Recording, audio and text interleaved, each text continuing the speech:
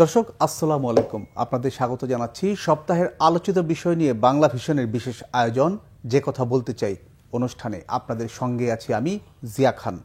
দর্শক, আপনারা জানেন এই অনুষ্ঠানের মাধ্যমে আমরা সমসাময়িক নানা বিষয় নিয়ে আলোচনা করে থাকি। আজ আমাদের আলোচনার বিষয় রাজনৈতিক সমাধান চাপে না আলোচনায়। আর এই বিষয়টি নিয়ে আলোচনার জন্য আমার সঙ্গে স্টুডিওতে উপস্থিত রয়েছেন দুজন অতিথি। তারা হলেন ABM মোশাররফ হোসেন, প্রশিক্ষণ বিষয়ক সম্পাদক বিএনপি, এবং ডক্টর আতিক মুজাহিদ, যুগ্ম আহ্বায়ক ও লিয়াজো কমিটির সদস্য, জাতীয় নাগরিক পার্টি। আপনার দুজনকে স্বাগত জানাচ্ছি। দর্শক, অন্তর্বর্তী সরকারের ঘোষণা অনুযায়ী আগামী ফেব্রুয়ারিতে হচ্ছে ত্রয়োদশ জাতীয় সংসদ নির্বাচন। নির্বাচনের পক্ষে থাকলেও কিছু রাজনৈতিক দলের দাবি আগে করতে হবে জুলাই সনদের বাস্তবায়ন এবং হত্যার বিচার।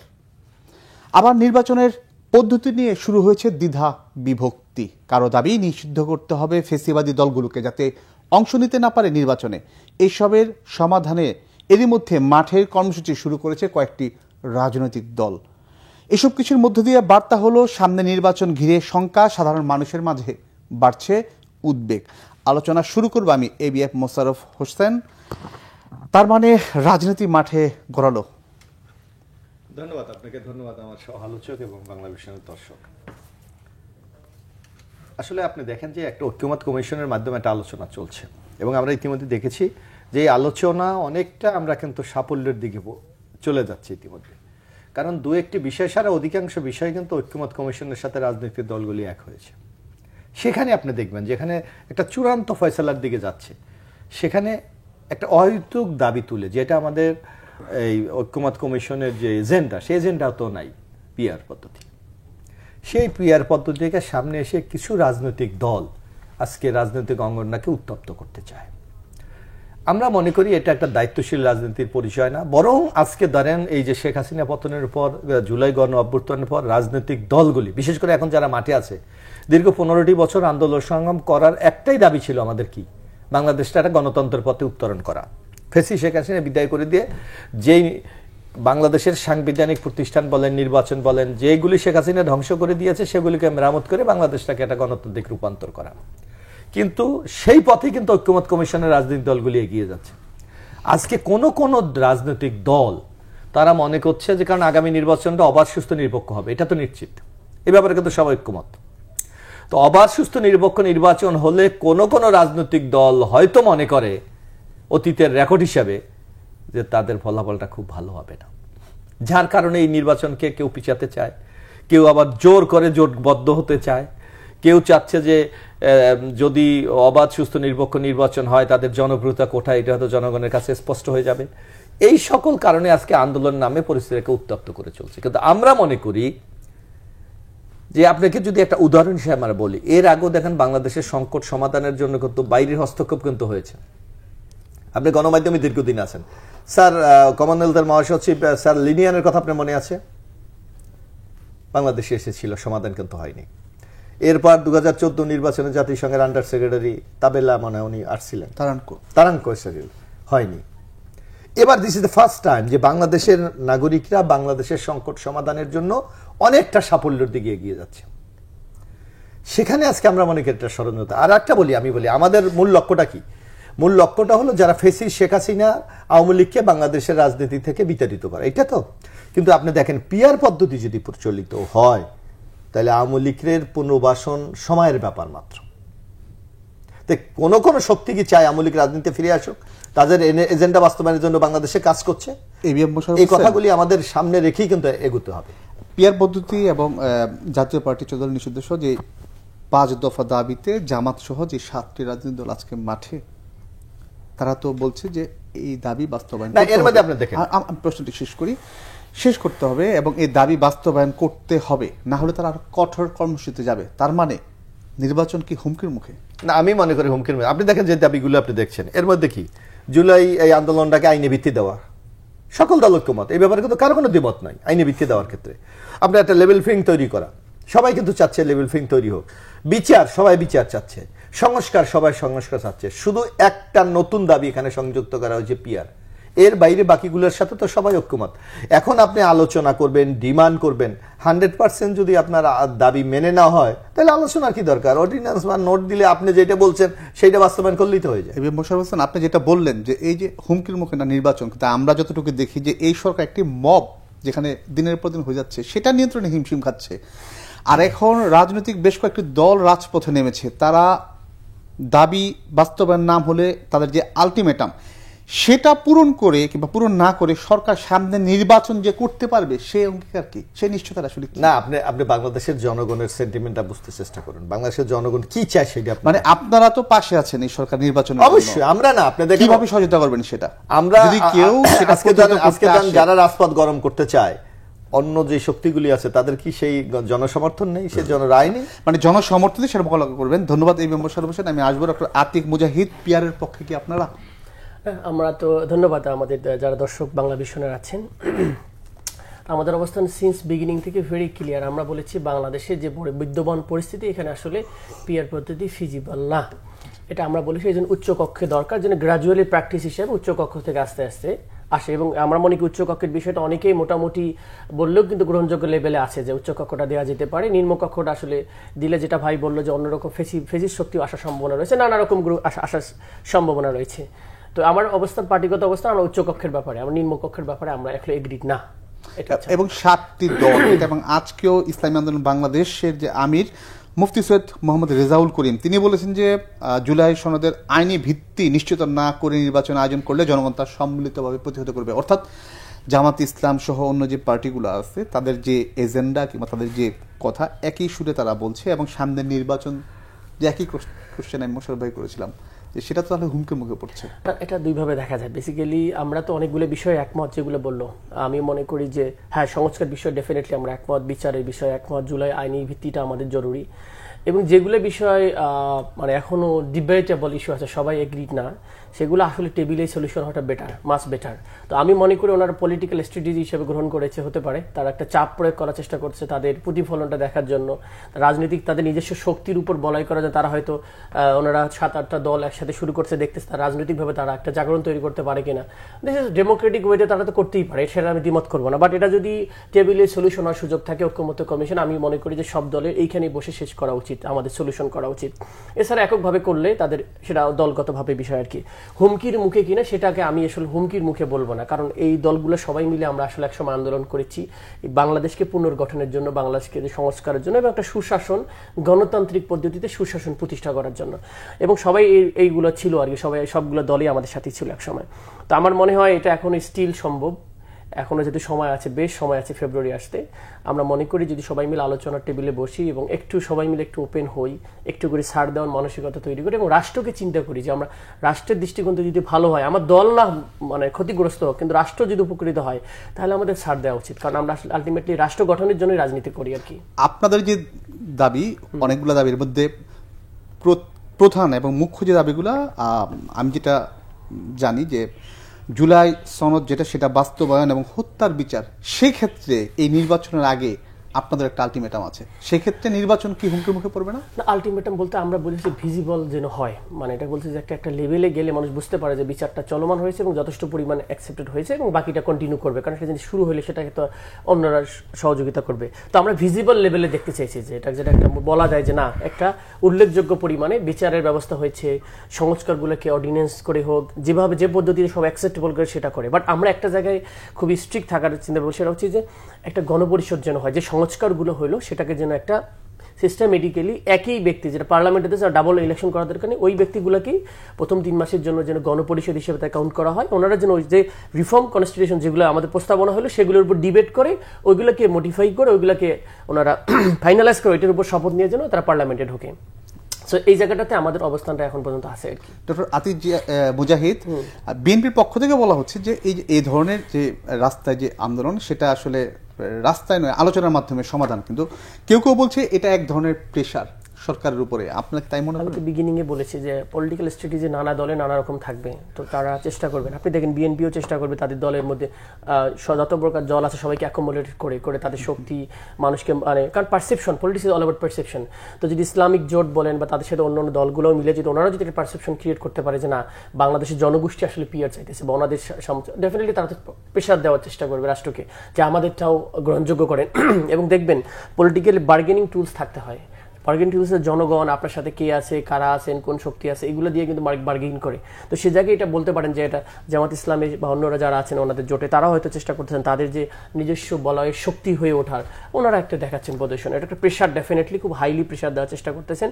আলোচনার টেবিলে আসলে আরো বেটার হয়, সেটা আমার কাছে মনে হয়। আতিক মুজাহিদ, আপনার দলের শীর্ষ নেতার মুখ থেকেও আমরা বলতে শুনেছি যে আপনারা গণ অধিকার পরিষদ কিংবা কার কার সাথে আপনার জোটের একটা বিষয় সামনে আসছে, আসলে বিষয়টা একটু ক্লিয়ার হতে চাই। না, গণপরিষদ ইস্যুটা হচ্ছে, দেখেন আমরা বারবার যেটা বলছি, আইনি ভিত্তি দেওয়ার পরে আপনাকে জিনিসটাকে তো এরপরে কনস্টিটিউশনে একটা লেভেলে চলে গেছে। কনস্টিটিউশন তো সামহাও কিছু না কাটা ছেড়া তো অলরেডি হয়ে গেছে। যখন আমরা বিভিন্ন জিনিস তৈরি করে ফেলছি সেগুলো তো অলরেডি অর্ডিনেন্স করে একটা লেভেলে আসছে। সেই জিনিসটাকে আরো যদি যথেষ্ট পরিমাণ রেকটিফাই করে রিফর্ম ভার্সন করতে চায় তখন আসলে গণপরিষদ লাগবে আইনিগতভাবে। আমরা চাই যে জিনিসটাকে, আমি আপনাদের জোটের কথা বলছি, পলিটিক্যাল পার্টির কথা বলছি। পলিটিক্যাল জোটের বিষয় তো দেখেন নানা গণ অধিকার পরিষদের কথা আসছে এবং আপনার দলের একজন নেতা সেই কথাটা বলেছেন যে তাদের সঙ্গে জোট করতে যাচ্ছেন। এছাড়া আরো এবি পার্টি থেকে আরো বেশ কয়েকটি পার্টির নাম আসছে, আপনারা জোটে যাচ্ছেন? এটা তো আমাদের আলোচনা অনেকের সাথে হচ্ছে। ইয়েস, ডেফিনেটলি অনেক গ্রুপের সাথে আলোচনা। জোটে যাওয়ার আমাদের জোট স্টাইলে না, আমরা বলছি এনসিপি লিড। আচ্ছা, মানে এনসিপি অন্য কারো জোটে যাচ্ছে এরকম না। এনসিপি মনে করে যে আমাদের স্বতন্ত্র একটা রাজনৈতিক ধারা তৈরি হচ্ছে, মধ্যম ধারা রাজনীতি, সেটাতে আমাদের সাথে যারা অ্যালাই করে তারা আসতে পারে, ওপেন ফর অল। যে কোনো পার্টি আমাদের সাথে ইন করতে পারে, বাট এজেন্ডাটা তারা সেট করবে না, এজেন্ডাটা আমরা সেট করব। মানে কারা আসছে একটু যদি শুনি। আপনার মোস্টলি যদি বলেন তাহলে তরুণ যারা, এই মনে করেন যে একটা 18 থেকে যে জেনারেশনটা তৈরি হয়েছে, কোটা আন্দোলন বলেন, তারপর নিরাপদ সড়ক আন্দোলন বলেন, যারা অধিকার বেশ রাজনীতি চায়, যারা পুরাতন বন্দোবস্তের বাইরে এসে নতুন একটা বলয় তৈরি করতে চায়, যে তৃতীয় শক্তি বলেন বা যেটা বলে নতুন শক্তি বা পরিবর্তনের শক্তি, এটা বলতে পারেন। এইরকম যারা এলাই করে তাদেরকে আপনি এটাতে ফেলতে পারেন। পুরনো কোনো শক্তি কিংবা জোট কিংবা দল তারা কি আসছে আপনাদের? না, আমরা পুরনোদেরকে বিবেচনা করতেছি না। আমরা মনে করি আমরা স্বতন্ত্র রাজনীতি ডেভেলপ করতে চাই এই দুই ব্লকের বাইরে আর কি। এটা আমার আন্ডারস্ট্যান্ডিং। ধন্যবাদ ডক্টর আতিক মুজাহিদ। এই বিষয়ে নিশ্চয়ই শুনছিলেন। অনেকে বলছে যে এখন যে মাঠের যে রাজনীতি শুরু হয়েছে তার টার্গেট হচ্ছে না আপনারা, বিএনপি। না, স্বাভাবিক। বর্তমানে বাংলাদেশের সবচেয়ে বড় রাজনৈতিক এবং জনপ্রিয় রাজনীতি হলো বিএনপি। সুতরাং অন্য দলগুলো বিএনপিকে টার্গেট করবে, এটাই তো স্বাভাবিক। এখানে তো আপনার অস্বাভাবিক কোনো কিছু আমি লক্ষ্য করি না। এই বিষয়টা আসছে যে সামনে নির্বাচন, তাই দর কষাকষিতে যাতে এগিয়ে যেতে পারে সেই কারণে আজকের আন্দোলন বা রাজনৈতিক যে পরিবেশে যে অবস্থা যেদিকে যাচ্ছে। না, এখানে একটা কথা যদি আমি স্পষ্ট ভাষায় বলি, আপনি লক্ষ্য করবেন যে একটা সময় এই যে যারা আজকে আন্দোলন করছে, বিশেষ করে জামাত ইসলামী, তারা কিন্তু দীর্ঘদিন বিএনপির সাথে রাজনৈতিক জোটে ছিল। আপনি যদি 91 নির্বাচনে দেখেন, সেখানে বিএনপিকে তারা সমর্থন দিয়েছিল। 96 সালে আবার যখন বিএনপি জোটের বাইরে গেল, তাদের ফল কিন্তু মারাত্মক বিপর্যয় ঘটলো, মাত্র 3টি আসনে এসে পড়ছে। আবার 2001-এ বিএনপির সাথে সমঝোতা করেই কিন্তু তারা নির্বাচনে গিয়েছিল। তারপর 2008 বলেন, 2018 বলেন, বিএনপির সাথেই করেছিলেন। এবার কিন্তু বিএনপি স্পষ্ট ভাষায় বলেছে যে ফ্যাসিস্ট কিন্তু বাংলাদেশে এখন নাই, যার জন্য জামাতের সাথে বিএনপি আপাতত কোনো জোটে যাচ্ছে না। আপনি দেখবেন এই বিএনপির ঘোষণার পরেই জামাতের মধ্যে কিন্তু একটা নতুন, আমরা মনে করি এটা টেনশন বলেন অথবা অস্থিরতা বলেন, এটা কিন্তু আমরা লক্ষ্য করি। কারণ ওনারা মনে করছে, আমার মনে হচ্ছে যে বাংলাদেশের কার কত পার্সেন্ট ভোট আছে এটা যদি 100% সঠিক না হলেও তো আমাদের একটা পারসেপশন আছে। সেই ক্ষেত্রে জামাত যদি একা ইলেকশন করে সেক্ষেত্রে খুব একটা ভালো রেজাল্ট হবে বলে কিন্তু পর্যবেক্ষকরা মনে করে না। যার কারণে হয়তো জামাতের মধ্যে একটা আশঙ্কা আছে, আতঙ্ক আছে, অস্থিরতা আছে যে একটা জোটের মাধ্যমে করে তারা একটা মোটামুটি একটা গ্রহণযোগ্য ফলাফল তারা করতে চায়। এবং এই আন্দোলনটা আমার মনে হয় তারই একটি চাপ বা প্রেশার, যা আপনারা বলেন যে তারা একটা জোটের মাধ্যমে নির্বাচন। মানে আপনারা মানেন নাকি? আমরা যাই বলি, আপনারা মানছেনই? আমরা তো বলেছি জামাত আলাদা ইলেকশন করুক, আমাদের আমরা তো জোটে এবার জামাতের সাথে করবো না, আমরা এটা বলছি, জোটে আমরা যাব না। সুতরাং এই ক্ষেত্রে জামাতের অস্থিরতা আছে আপনি দেখেন, যার কারণে। এবং জামাত যেই দলগুলির সাথে জোট করছে, অনেকে আছে নতুন দল যারা আগামী দিনে কিন্তু পরীক্ষা উত্তীর্ণ হয় নাই বা নির্বাচন করে নাই, তাদের জনপ্রিয়তা কতটুকু। তারপর আপনার চরমনাই, মানে যেটা ইসলামী আন্দোলন, তারা ইলেকশন করেছিলেন, এখন পর্যন্ত তারা কোনো সিট অর্জন করতে পারে নাই। তো সুতরাং সামগ্রিকভাবে দেখা যাক কি হয়। রাজনীতি তো একদিনের ব্যাপার না, লাস্ট পর্যন্ত কি হয় দেখেন। এবং মুশাররফ হোসেন, আপনার দলের ভারপ্রাপ্ত চেয়ারম্যান তারেক রহমান তিনি বলেছেন প্রায় 7,000 যারা নেতাকর্মী যারা শৃঙ্খলা ভঙ্গের বিভিন্ন কারণে তাদের বিরুদ্ধে ব্যবস্থা নেওয়া হয়েছে। আমার প্রশ্ন হচ্ছে এই যে ব্যবস্থা নেয় এতে করে দলে কি শৃঙ্খলা ফিরেছে? অবশ্যই ফিরেছে। আপনি দেখবেন, কারণ এখানে সব যে আমরা 7,000 লোকের বিরুদ্ধে যে শাস্তিমূলক ব্যবস্থা গ্রহণ করেছি, এরা সবাই যে অপরাধ প্রমাণিত হয়েছে এটা কিন্তু গ্যারান্টি দিয়ে বলা যায় না। কারণ আমরা বিএনপি যে কাজটা করেছে, যে গণমাধ্যম বলেন, সোশ্যাল মিডিয়া বলেন, মানুষের অভিযোগ বলেন, এইটাকে তারা অ্যাড্রেস করতে গিয়ে কিন্তু অনেক সিদ্ধান্ত নিয়েছে। কিন্তু যদি এইটা আপনি কে অপরাধী কে অপরাধী নেই এটা যদি আমার তদন্ত হতো, পার্টিগত ইন্টারনাল একটা তদন্ত করে যদি শাস্তিমূলক ব্যবস্থা গ্রহণ করতো, তাহলে আমরা স্পেসিফিক বলতে পারতাম যে এই অপরাধ। এখন আপনি দেখেন, একটা হঠাৎ সোশ্যাল মিডিয়া একটা নিউজ হলো মিস্টার এক্স এক জায়গায় গিয়ে দোকান দখল করেছে। এখন তো এইটাও হতে পারে দীর্ঘ 15 বছর তাকে তার সম্পদ থেকে তাকে বঞ্চিত করেছে। সুতরাং সে যখন তার প্রাপ্যটা যখন বুঝে নিতে গেছে, তখন তাকে একটা ট্যাগ লাগিয়ে দেওয়া হয়েছে সে দখল করতে গেছে। কিন্তু বিএনপি তো ওই বিচারটা করতে পারে নাই। কিন্তু এই যে জনমতটাকে তারা রেসপেক্ট করতে গিয়ে কিন্তু এই সিদ্ধান্ত নিয়েছে। সুতরাং আমি মনে করি বিএনপির মতো একটি রাজনৈতিক দল যেভাবে সংগঠনকে অত্যন্ত শৃঙ্খলার মধ্যে রেখেছে, তার জন্য আমি তো মনে করি এই আপনাদের সোশ্যাল মিডিয়া বলেন অথবা গণমাধ্যম বলেন, বিএনপিকে তো একটা থ্যাঙ্কস দেওয়া হয়নি, একটা অভিনন্দন দেওয়া হয়নি। আমি আরেকটা বিষয় সেটা হচ্ছে জানার জন্য আর কি, যে আপনার ধর অনেক বড় বড় নেতা যারা বলছেন যে আগামীতে আপনার সরকার গঠন করলে তারেক রহমান প্রধানমন্ত্রী হবেন। আমার জানার বিষয় হচ্ছে যে জনাব তারেক রহমান তো অনেক বিষয়ে কথা বলছেন, কিন্তু কোনো জায়গায় তো তিনি তার মুখ থেকে এই বিষয়টা আমরা আসলে শুনি নেই। মানে এখন তো পার্লামেন্টারি ফর্ম অফ গভর্নমেন্টে আপনি দেখবেন যে এখানে তো একটা রাজনীতির রীতিনীতি আছে। কোন দল যদি সংখ্যাগরিষ্ঠ অর্জন করে সংসদে, বিশেষ করে আমাদের দেশের যে সিস্টেম, এই সিস্টেম যদি 151 আসনে বিজয়ী হয়ে সেই দল সরকার গঠন করার জন্য আমন্ত্রণ পায়, তো সেক্ষেত্রে ওই দলের সংসদীয় কমিটি ডিসাইড করবে। মানে তার মুখ থেকে আপনারা শুনছেন? এখন তো যদি দল মনে করে একটা দল কিভাবে পরিচালিত হবে, রাষ্ট্র কিভাবে পরিচালিত হবে, সেই দলের একটা পার্লামেন্টারি বোর্ড থাকে, তারা সিদ্ধান্ত নেবে।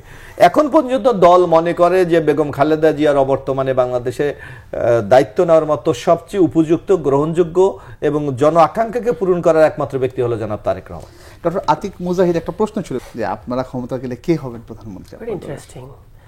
যেহেতু আমাদের দলটা কোনো পরিবার কেন্দ্রিক না বা কোনো একক কোনো সিস্টেম কেন্দ্রিক না, বা আমরা ফেসিস্ট না যে আমি আজীবন থাকবো আর কি। সো সে জায়গা থেকে যদি ডেমোক্রেটিক আমরা প্র্যাকটিস করি, আমাদের যে কনস্টিটিউশন ডেভেলপ হয়েছে সেটা তো আমিও যে কাজ করেছিলাম, তো সেখানে আমরা বলেছি যে আমাদের যে পার্টির কমিটি যে 2বারের বেশি পার্টির প্রধান হতে পারবে না, যেটা আমরা প্র্যাকটিস করতে চাই। এবং আমরা মনে করি পার্টির প্রধান এবং মানে দলীয় প্রধান এবং প্রধানমন্ত্রী সেম ব্যক্তি হবে না। তো সেই সময় আমরা যদি ইলেক্টেড হই, তখন আমরা ডিসিশন নিব যে আমাদের ফোরামে যে আসলে আমরা পার্টির প্রধান থাকতেছি সেই সময়, আর কি আমরা প্রধানমন্ত্রী থাকতেছি। সো দলটাকে আমরা সবার করতে চাই, জনগণের মাঝ থেকে আমাদের পার্টি গঠিত হয়েছে, অভ্যুত্থান থেকে পার্টি হয়েছে, সেটা সবার মালিকানা আছে এখানে। একক কোনো ব্যক্তি বা দলের বা কোনো ব্যক্তির উপর ইমেজ করে এটা কাল তৈরি যেন না হয়, তো সেটা রাজনীতিকে আমরা বেসিক্যালি প্রমোট করি। তো সে জায়গা থেকে বলতে পারেন কালেকটিভ লিডারশিপ ডিসিশন নিবে, এখন তখন আমাদের কে প্রধানমন্ত্রী হবে। আতিক মুজাহিদ, আপনারা নতুনত্বের কথা বলছেন, পুরনো কিছু ভেঙে নতুন কিছু সামনে নিয়ে আসার কথা বলছেন, কিন্তু যে শৃঙ্খলা ভঙ্গের অভিযোগে আপনারা বেশ কয়েকজন দল থেকে আপনারা তাদেরকে বিরুদ্ধে ব্যবস্থা নেওয়ার জন্য চিঠি দিয়েছেন, নোটিশ পাঠিয়েছেন। আমরা এর আগে যদি আপনি বলেন পলিটিক্যাল পার্টিগুলোর মধ্যে দেখেছি এরকম দিয়েছে, কিন্তু কোনো ব্যবস্থা নেই, সে আবার পার্টিতে ফিরে এসছে। একই তো আপনাদের অবস্থা? না না না, এইরকম ব্যবস্থা না। যেটা বললো যে আমাদের একটা ডিসিপ্লিনারি টিম ওপেন ঘোষণা রয়েছে, যে কারা কারা শৃঙ্খলা কমিটি, অ্যাডভোকেট আব্দুল্লাহ আল আমিনের নেতৃত্বে একটা 5 সদস্যের টিম রয়েছে যারা হচ্ছে শৃঙ্খলা কমিটিতে। যদি কেউ একটা ফর্মালি অভিযোগ দেয়, তখন আমরা সেই অভিযোগটা আমলে নিয়ে তাকে অব্যাহতি দিই। যেন আমার জেলার কথা বলে, আমার জেলার একজন যুগ্ম সমন্বয়কারী এই ব্যাপারে অভিযোগ দিয়েছে এবং অভিযোগের পরিপ্রেক্ষিতে আমরা প্রমাণ পেয়েছি, তাকে আমরা সাথে সাথে অব্যাহতি দিয়েছি দল থেকে, সর্ব লেভেল থেকে। যেহেতু আমাদের দল এখনও তো ওই লেভেলে গ্রোয়িং স্টেজে আছে। গ্রোয়িং স্টেজে থাকলে যেটা হয় কি, আপনার পার্টিতে নানা রকম লোক আসবে এবং যাবে, তখন আপনাকে কিন্তু পার্টির ডিসিপ্লিন লাইন ঠিক করতে, পার্টির আদর্শ মানে অনেক কিছু ঠিক করতে আপনার একটা সময় লাগে কিন্তু গ্রোয়িং মোমেন্টে। তো এই মোমেন্টে অনেক কিছু ঘটে যেতে পারে, আরও অনেক কিছু ঘটে যেতে পারে, যেগুলো আপনি দেখতেছেন যে অ্যাবনর্মাল হয়ে গেছে, রুলের সিস্টেমের মধ্যে নেই। It is because the practice সময়টা লাগবে। ফাইনাল কনস্টিটিউশন যখন আসবে, নীতিমালা যখন আসবে, প্রতিটা মিটিংয়ের একটা নীতিমালা থাকা দরকার আছে। আমরা যে নীতিমালা করেছি, আমাদের ইসি মিটিং এর নীতিমালা কি ভঙ্গ করবে, আমরা তো এগুলো দেখছি, কিন্তু আমার প্রশ্নটা ছিল যে আমরা আসলে ওইটা প্র্যাকটিস একই রেওয়াজ আমরা দেখছি, একই প্র্যাকটিস আমরা দেখছি। আবার সেই দলে এরকম কোন ফিরে একটা আসছে। উদাহরণ আছে যেটা আমরা প্র্যাকটিস নিয়ে নিই এরকম একটা হচ্ছে অভিযোগ দিয়েছে, আমরা অভিযোগের ব্যাপারে শোকজ করেছি, শোকজের জবাব পেয়েছি, জবাব যদি সন্তুষ্টমূলক হয় তখন আমরা সেটার উপর তাকে সুযোগ দিয়েছি। এরকম ঘটনা ঘটেছে। স্পেসিফিক যদি কেস থাকে তা আপনি বলতে পারেন যে ভাই এটা একদম ফ্যাক্ট থাকা সত্ত্বেও আপনারা কেন করলেন, তাহলে আপনারা তো সুবিধার খাতিরে আপনারা এরকম করতেছেন। এরকম হলে আমরা অবশ্যই ডেফিনেটলি সেটা মানে শীতলত রিপোর্টটা কি প্রকাশিত, মানে জনসম্মুখে আসছে আপনাদের? হ্যাঁ, আমরা তো ওটার ব্যাখ্যা আবার সাথে সাথে আমরা পোস্ট করে দিয়েছি। ইয়েস, সবকিছু তো পার্সোনাল লাইফ তো পাবলিকলি দেওয়া যায় না, যতটুকু দেওয়া যায় সবটুকু আমরা দেওয়ার চেষ্টা করেছি। আচ্ছা, এবার আসি একটু আপনার জাতীয় পার্টি এবং 14 দলের নিষিদ্ধের বিষয়ে। আপনারও ফেসিবাদী দোষর হিসেবে চাচ্ছেন, কিন্তু একটা বিষয় ঘুরে ফিরে আসছে যে সেটা যেহেতু সামনে নির্বাচন, আপনাদের একটা শক্ত অবস্থান দরকার, এই কারণে আপনারা বেশি চাচ্ছেন যতটা না ফেসিবাদী। এই ধরনের কথা না, আসলে 5 আগস্টের পর একটা বয়ানের রাজনীতি হয়েছে, অনেকটা মপতন্ত্র যেমন আপনি বললেন, এরকম অনেকগুলো শব্দ তৈরি হয়েছে যেগুলো আসলে একটা বয়ান তৈরি হয়েছে। উগ্রবাদের মানে ডানপন্থী দক্ষিণপন্থীদের উত্থান হচ্ছে, এগুলো কিন্তু একটু বয়ান ক্রিয়েট করে। তো সেম জিনিস কি বলে জাতীয় পার্টিকে নিষিদ্ধ করলে আমাদের শক্তি বাড়বে, এই ধরনের কথা না। রাজনীতি যদি আপনার অ্যাট্রাকশন থাকে, আপনি যদি ভালো কিছু করতে পারেন, আপনার কাছে দলের মধ্যে লোক আসবে। কেমন? আর যদি মনে করেন যে আপনার দলের বয়ান নাই, রাজনীতির কোনো রাজনীতি নাই, তখন আপনার দলে কেউ আসবে না। লিডারশিপ অনেক কিছুর উপর ডিপেন্ড করে মানুষ পার্টিতে ফিউচার আছে কিনা পার্টিতে, না হলে কেউ রাজনীতি করতে আসে না। সুতরাং এইভাবে যে এখন আবার যেদিন বললো যে আওয়ামী লীগ ভোট দিচ্ছে বা অমুক ভোট দিচ্ছে, এগুলো আসলে এরকম করে হয় না। কখন পার্টিটা হৃদয় থেকে ধারণ করতে হয়, পার্টি করার ক্ষেত্রে পার্টিকুলারলি। আর ভোটকে কাউকে জোর করে নিতে পারবেন নাকি আপনি? এরকম সিস্টেম আছে নাকি? জাতীয় পার্টিকে নিষিদ্ধ করে দিলাম, ভোট জোর করে আমাদের দিবে, এরকম বিপরীতে হতে পারে। বিএনপিকে ভোট দিল সব কিছু, জাতীয় পার্টি নিষিদ্ধের পক্ষে ওনারা খুব স্ট্রং অবস্থা নিচ্ছে না, অন্যরা নিচ্ছে, এই জন্য এটা এরকম না। আসলে বিষয়টা মানুষের পারসেপশন এইভাবে করা যায় না। জাতীয় পার্টি আলটিমেটলি ডেড হয়ে গেছে অনেক আগে। এই ডেড বডিটাকে অনেকদিন ক্যারি করছে কে? আওয়ামী লীগ আর কি, জাস্ট দেখানোর জন্য যে আমার সাথে আরেকটা বডি আছে। তো কিন্তু ওটা ওই বডিটা আসলে কফিন 5 আগস্টে ওটাও মরে গেছে আর কি। আমার এলাকা হচ্ছে দুর্গ, কুড়িগ্রাম হচ্ছে এমন একটা জায়গা, আমরা যদি ইলেকশন দেখি একটা শুধুমাত্র নির্বাচনে আওয়ামী লীগ জিতছে, বাকি সব সময় এটা ছিল সবসময় কি ছিল? জাতীয় পার্টি ছিল। সে জায়গায় আমরা জাতীয় পার্টি নাই, ভেনিশ। কারণটা হচ্ছে সে পরিমাণ তাদের কোনো পলিটিক্সে তো নাই, মানুষের কাছে গেলে মারবে তাদেরকে ধরে ধরে। তুমি কি করছো? তুমি ইন্ডিয়ার কথা বয়ানের কথা বলে, শুধু শেখ হাসিনা না, মানে ইন্ডিয়া যা বলে তা অনুমতি ছাড়া বলা যাবে না। শেখ হাসিনা ওরকম মনে হয় এরকম কথা বলে না যেরকম করে সেই জাতীয় পার্টির নেতারা বলে এখন পর্যন্ত। মানে কেউ কি বিক্রি হয়ে আসছে নাকি? সোল বিক্রি করেন শয়তানের কাছে, মনে হচ্ছে ইন্ডিয়ার কাছে সোলটা বিক্রি করে দিয়েছে। তো এইরকম একটা বাংলাদেশ মানে রাজনীতি চায় না আর কি বেসিক্যালি। তো দীর্ঘদিন ধরে ইন্ডিয়া জীবিত রাখছে, এখনো তাদেরকে আইসিইউ ধরে সিসিইউ রেখে দিচ্ছে, থাক কোনো রকম কাজে লাগে যদি। তো এটাকে যদি কোনোভাবে এই জন্য ফেসিলিটেট না করা হয়, আমরা এটা প্রত্যাশা করব বাংলাদেশ যতগুলো স্টেক হোল্ডার আছে, আপনারা জানেন যারা ডিপ স্টেটে কাজ করে, আমরা রিকোয়েস্ট করবো তরুণ জেনারেশনের পক্ষ থেকে যে আপনারা এইসব দলকে প্যাট্রোনাইজ করেন না, কারণ এরা আসলে আলটিমেটলি বাংলাদেশের জন্য কোনো উপকারী না। হ্যাঁ, অনেক মানুষের সম্ভাবনা আছে, অনেক দল আছে, তাদেরকে আপনি হেল্প করেন যারা ভালো কিছু করতে পারবে। ধন্যবাদ আতিক মুজাহিদ।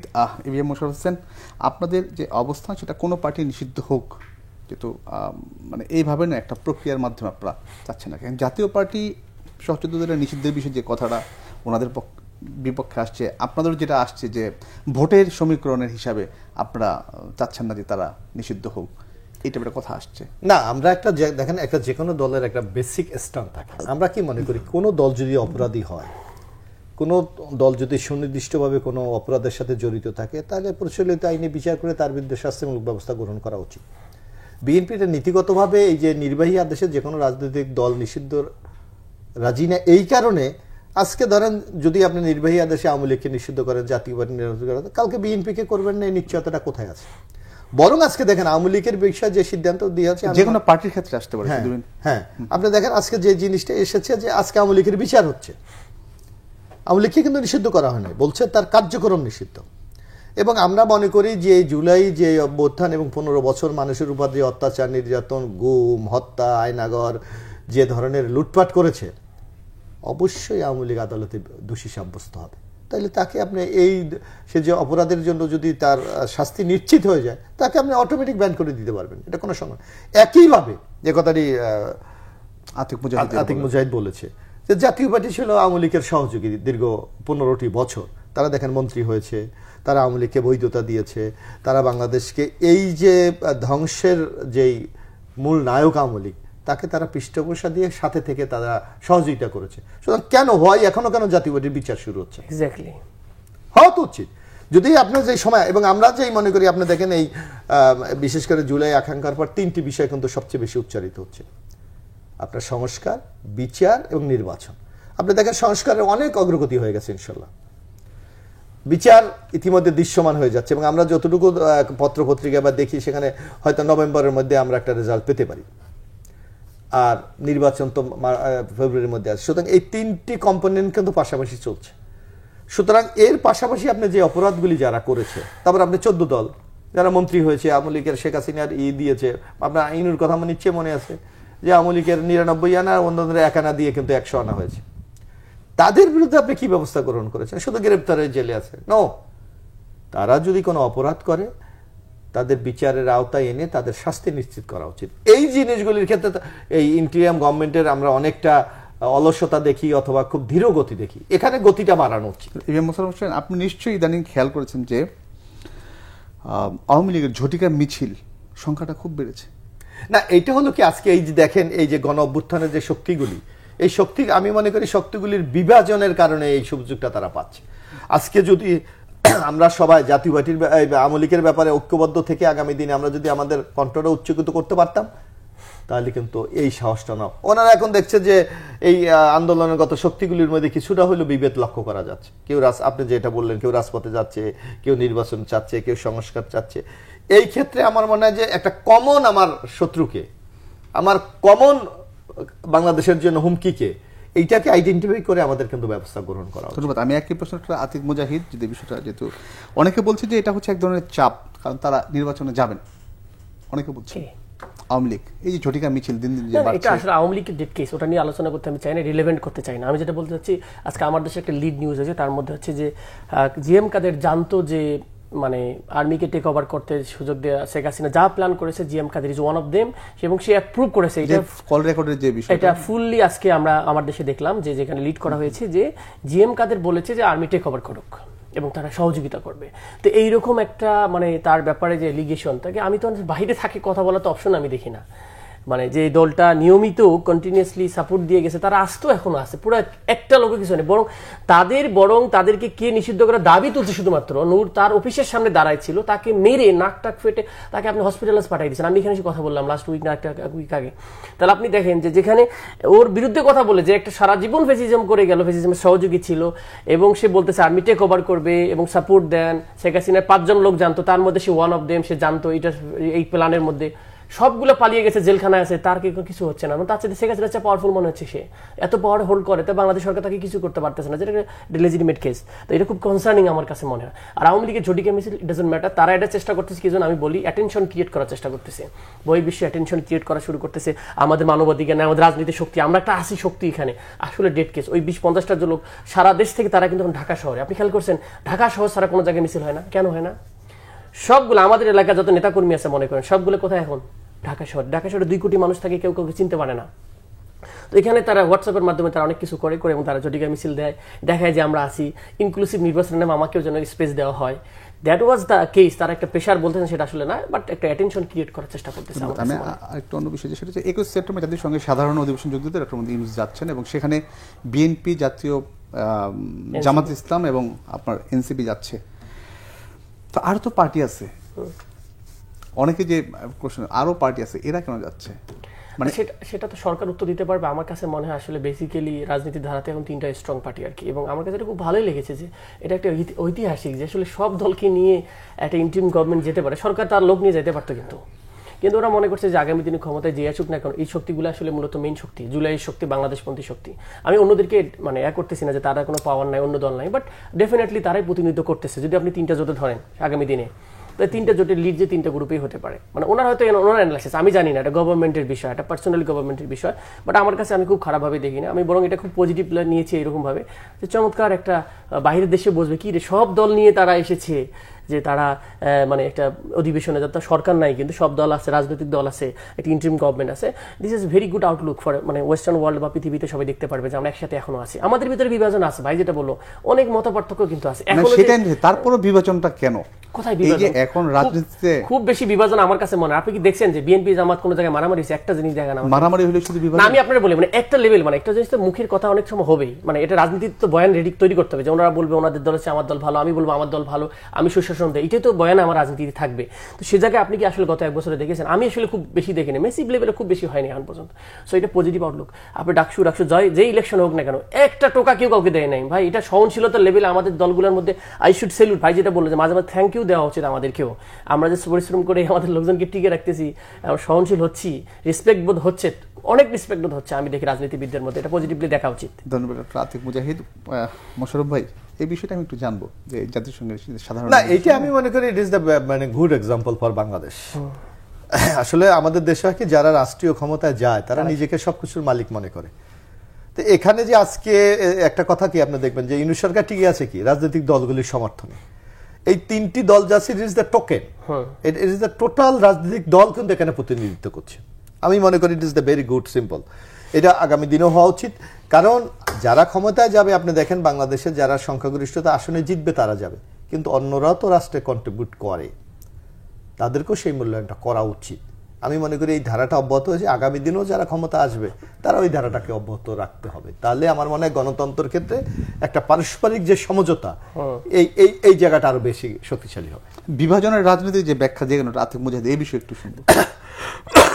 না, আমি বিভাজন এটা দেখি না। আমি ধরেন আজকে বাংলাদেশ জাতীয়তাবাদী দলের একটা আইডিওলজি আছে, একটা ম্যানিফেস্টো আছে, একটা জনগণের কাছে একটা বক্তব্য আছে, ঠিক এনসিপির আছে। যেমন আমরা চাই এই সংবিধানের মাধ্যমে সংশোধন, আতিকরা চাচ্ছে যে না একটা গণপরিষদ। It is the difference opinion, কিন্তু টার্গেট কিন্তু একটাই, যে আমি দেশটাকে একটা রূপান্তরের দিকে আমি নিয়ে যেতে চাই। তো সুতরাং রাজনীতির দলে এই বিভাজনটা থাকবে, এই মতবাদ থাকবে, আর যদি এইটা না থাকে তাহলে গণতন্ত্র তো কোথাও শক্তিশালী হবে না। আপনি দেখেন এই যে সংসদে অনেক সময় দেখা যায় যে রাজনৈতিক দলগুলি যারা ক্ষমতাসীন দল থাকে তাদেরকে অনাস্থা প্রস্তাব আনে, তারাও জানে যে কার কত মেম্বার তো সবাই জানে, কিন্তু এটা কেন ওই দলটাকে একটা সতর্ক করা যে তুমি যদি এই লিমিট ক্রস করো তাহলে তোমার বিরুদ্ধে এই ব্যবস্থা হতে পারে, অর্থাৎ তাকে সতর্ক করে দেওয়া, তাকে সচেতন করা যাতে সে আরো বেশি সিনসিয়ারলি দায়িত্বটা পালন করে। ধন্যবাদ আপনার দুজনকে বাংলা ভিশনে আসার জন্য। দর্শক, যে কথা বলতে চাই আজ এ পর্যন্ত, আবার দেখা হবে আগামীকাল একই সময়। সবাই ভালো থাকুন, সুস্থ থাকুন।